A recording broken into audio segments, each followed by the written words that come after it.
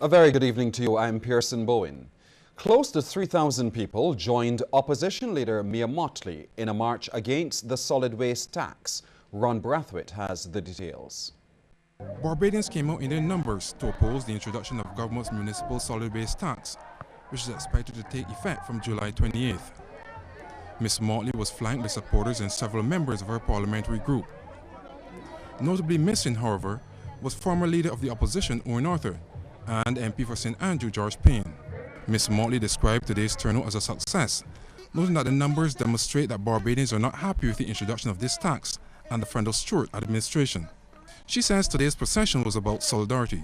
It wasn't only the opposition, it was the Barbados Private Sector Association, it was the Barbados Chamber of Commerce, it was the Barbados Hotel and Tourism Association, it was the Barbados Evangelical People Pentecostal Assemblies, the Boy Scouts, it was the Barbados Dairy and Beef Producers Association, the Barbados Agricultural Society, the Small Business Association, the churches, ordinary commentators, civil society. Ms. Mottley says it was also about getting government's failed policies right. You cannot carry a tax on the backs of just a few Barbadians. Banks that rent property, earn millions of dollars in profit in this economy, will not pay cent one. And the one thing about poor people is that poor people have land. Several people also voiced their feelings about the tax. The people really don't like this tax, and this is something that will show the government that they did it wrong and they're going to correct it as soon as possible. You cannot be encouraged to have property and then be taxed on it. I can't afford to pay this tax because I am disabled and my pension is very small, it's more than my pension. Ms. Mottley says the BLP will mount a series of other events protesting government policies. Ron Brathwaite, CBC News. Give peace a chance and free Palestine. Those were just some of the slogans shouted by the close to 50 people who participated in the protest organized by the Caribbean Movement for Peace and Integration. From just after 3 this afternoon, the protest got underway outside the Israeli consulate on Palmetto Street. Noted activist David Commichon called for the government and Barbadians to raise their voices and stand up against what he calls the injustice being meted out to the Palestinians. I am pleading with all of my Barbadian people. Let us embrace the cause of the Palestinian people.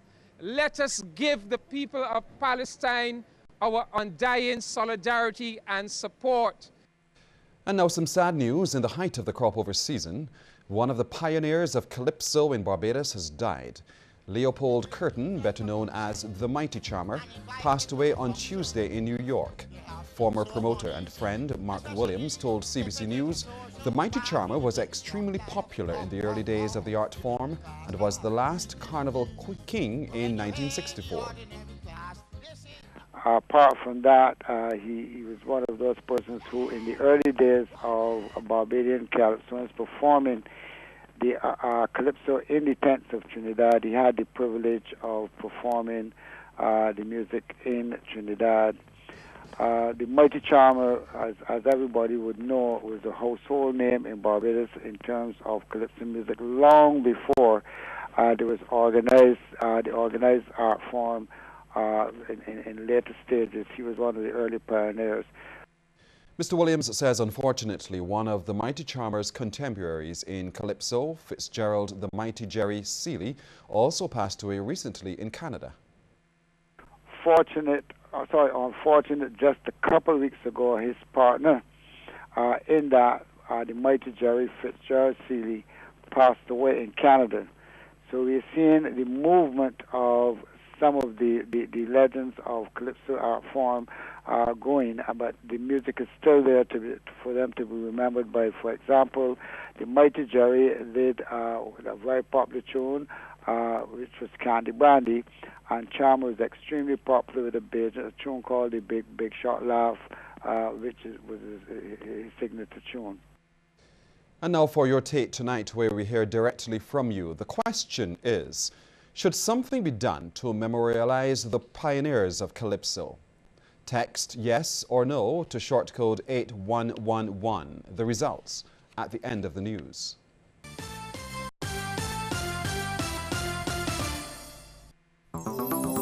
Dear Clark, I've made a fascinating discovery. the institutional water cooler. Its gravitational pull sucks people from their workstations at the busiest times of day to stand around it and chat about emerging global trends like, will pink be in fashion next season? Meanwhile, the world slows to a stop as it waits in line to be served. I don't see that trend at Globe Finance. Globe Finance. Think outside the bank. When it comes to their financial service, slow is out, swift is in.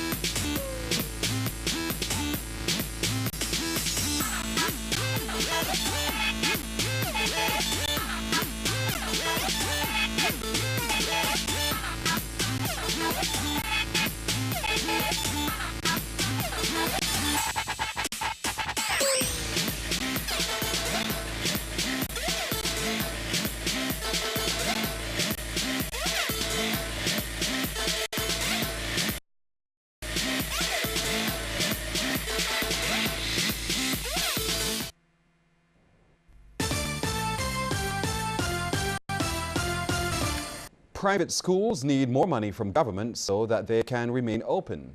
Retired principal of the Graydon Sealy Secondary, Matthew Farley, says grants to private schools have not increased in the last 30 years. He was the featured speaker at the Seventh-day Adventist School's graduation ceremony held at the Hilton Hotel. But for the fact that you have not received an increase for the past, I would take this opportunity to appeal to the government that as soon as the resources allow, that the private and assisted schools are in need of an increase. As soon as funds allow. Mr. Farley has also seen more transfer requests from parents to move their children from private schools. The retrenchment of workers in the public and private sectors has seen or has forced many parents to seek transfers to public schools. I get many requests from parents of private schools to take their children and wards into the public schools. The situation is really difficult. A drive has started to raise $100,000 to help fire victims. It's being led by the Speaker of the House of Assembly and MP for St. Michael West, Carrington, and the Urban Development Commission. The main aim is to develop a housing project, but Mr. Carrington says all donations, monetary or otherwise, are welcome. Let's see if we can help just a little bit by helping these people put their lives back together. And that's basically what it's about. We are trying to appeal to Barbados, appeal to the communities to help us raise in excess of $100,000 to build 3 small houses for these people. But I believe we can do it. If Barbados pulls together, if the community, if we pull together, we can rebuild these homes for these people and make a big difference in their lives. The UDC has already started to assist. Already, a guy's windows got broken, and we tried to help put back in those windows already, because that was the immediate thing. He can't sleep in there unless you get the windows and so on. So we tried to help already with that and so on. Somebody thing got damaged and they need some help with some paint. They can paint it themselves. We help provide the paint, that kind of thing. It was a day of joy, laughter and fun for several senior citizens at the St. Barnabas Activity Centre.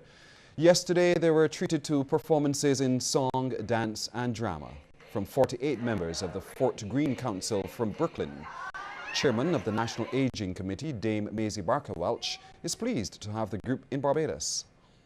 These meetings are very important because we can see from those who have come here that we are all one, and that some of them even have Barbadian heritage, and so we have a lot in common. And we hope that the older people in Barbados will take example and get up and do a whole lot of things that they are capable of doing. The visit by the group was inspired by their desire to share their culture. It's also in memory of the 10th anniversary of the death of one of their founder members. Director of the Theatre Arts and Drama at the Centre, Evria Ince Atwell, says the group is elated to be here. We came because we wanted to have that cultural connection. We wanted to have a cultural exchange.